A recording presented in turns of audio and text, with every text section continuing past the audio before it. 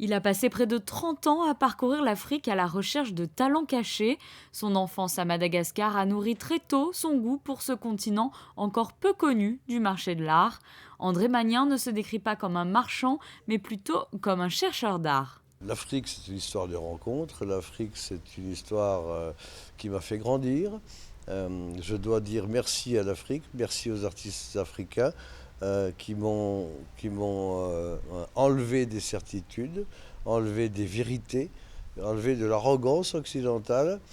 Et je me suis mis à aimer l'Afrique en m'y investissant jusqu'au bout, jusqu'au fond, intensément.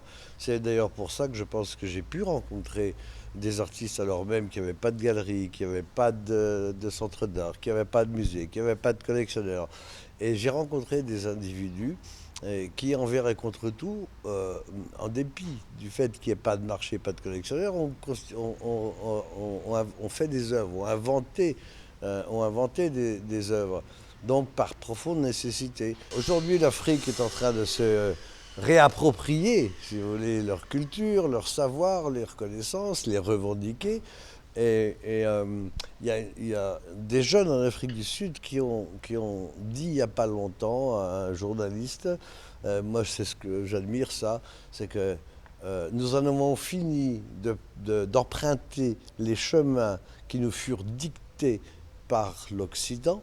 Désormais, nous marchons sur les sentiers que nous avons décidés. C'est ensemble qu'ils ont construit l'impressionnante collection de Jean Pigozzi. Plus de 10 000 œuvres la composent, un travail avant tout d'amoureux de l'art. Ce qui m'a séduit, c'était que je savais que ces artistes africains n'avaient pas été dans les écoles d'art, n'avaient pas été au Louvre ou à Pompidou, au Musée d'art moderne à New York. Donc l'inspiration venait vraiment d'eux, à l'intérieur d'eux.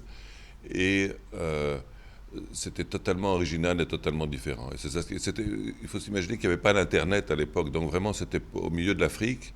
C'était pas facile de savoir ce qui se passait en Occident. Et il faisait des travaux tout à fait extraordinaires. C'est ça ce qui m'a vraiment, vraiment séduit. Parce que je connais quand même très bien l'art contemporain. Et il faisait des choses qui étaient en dehors de ce que je connaissais, ce qui m'a vraiment excité. C'est donc un nouveau mode de rencontre avec le public qui a été pensé cette saison par la Fondation Prince-Pierre.